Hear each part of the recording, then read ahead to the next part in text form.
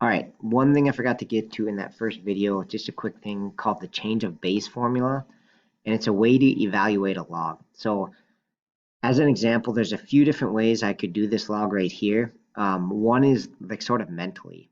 Like if we think of log means like find me the exponent where this is our base. So this would be like base of 2, what is the exponent that gives us 16? Okay, and that would help us figure out that, like just think of it and basically would need 4, right? 2 to the 4th gives us 16. Okay, and like it's a little bit trickier on something like this one. So like the second one says base of 3, what is the exponent that gives us 45?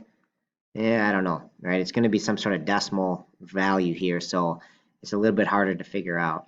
Okay, so the way you can evaluate these on your calculator is there's a special button that does it, but what change of base says is this statement here is equivalent to the log of 16 divided by the log of 2, right? So you take whatever is here, the big number goes up and the little number goes down, you make it into 2 logs. Okay, and it's called change of base because really these are going to be now base 10 logs. Even though they're not written there, they're just your basic base 10 log. Okay, so you can basically just type that in your calculator and you'll get your same answer of 4.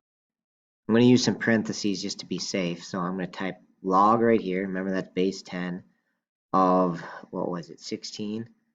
Oh, I probably don't need that first parentheses in hindsight. But anyways, I'm going to divide by log of 2 and then hit enter. Okay, so I just realized now I don't need the first set. So again, you could have done this. Close the parenthesis there and then do log 2, and that should work. That will get us 4. Okay, that one we already knew. So let's look at the other one that was a little bit goofy. This one was harder. So the trick here again is which number goes on top and which one goes on the bottom. So I always think this number is already kind of higher, so it goes up and that one goes down. So here I want to do log of 45 divided by log of 3, and that'll get me the exponent that I need right here.